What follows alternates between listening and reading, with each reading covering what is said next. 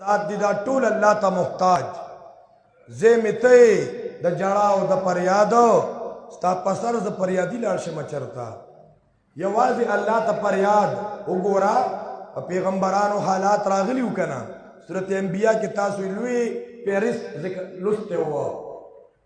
چې وګورا ایوب علیہ السلام باندې بیماری راغلی وا پکاري چاته کړو فریاد چاته کړو ای زما ربا انی مسنی الضر وګورا زکریا علیہ السلام دے اولاد نو خپو پریشانو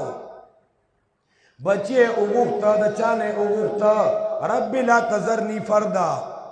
ربی حبلی من لدنکا ذریتا طیبا دا دعا چلے مراتا بولو چې دا اللہ نا اولاد غواړي نو څنګه غواړه یا اللہ ما تا پاک بچے راکی پاک طیب بچے راکی ځکه کله کله سړی ته اولاد ملو شي خو ساري درد دي تبه تربیت کې تبه په یو روانه او په بل روانيږي تبه دې یو دینی مجلس کې کینو ما د صحیح تربیت وکما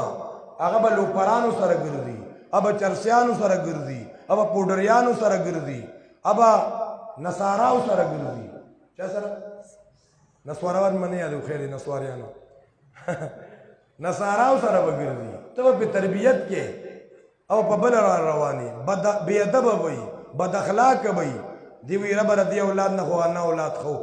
دا سه پلاران اغي مون تراغلی چې دواو کې چخته خو مې دا بچی چې د پټر کوالي کی تیخ تی تیر اوسته ار وخرات روزانه نت نه فساد نوې پریشانی راته ګوري الله یې زمونږ استاد ته ټول بچدانې کمال صالحانو ګرځي نو ګورا زکریا علیہ السلام بچی غواړي وی رب مال پاک بچی راکې چې خبره منون کی تابعداري چې سترګې به پیخي چېړه به پیخي چې زما د پاره دمو ګرځي او چې نه ټینشن نو بیا کار خراب شي کنه پلار استومان راغی زامن ناستو یو کمپیوټر کې لګیاو بل په فیسبوک کې لګیاو دی یو ته وی بچی ډیر تړي شوم لګي وبر اته راوړه هغه تی پلار بیا را نه د ارشید په کې تیریږي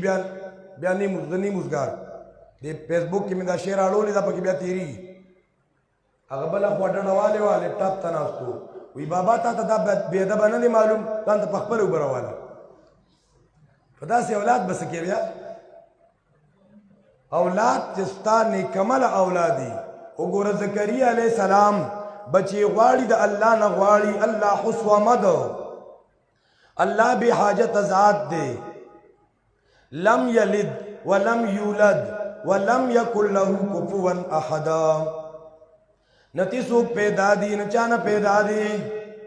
اولاد نشتا مور پلاری نشتا بیبی نشتا اور دا دلتے چے آخر کے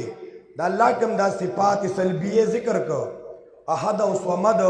دا د الله صفات ثبوتیه دي او دا لم یلد او لم یولد ولم یکن له کفوا احد دا صفات سلبیه دي او په دې صورت کې دا یاد وساته دي کې د الله 15 صفاتونه بیان شوي سورۃ الاخلاص کې د الله 15 صفاتونه بیان شوي دا غټه غټه خبرې ټول مرګري یاد ساته دا عوام الناس مرګري سورۃ الاخلاص کې د الله پاک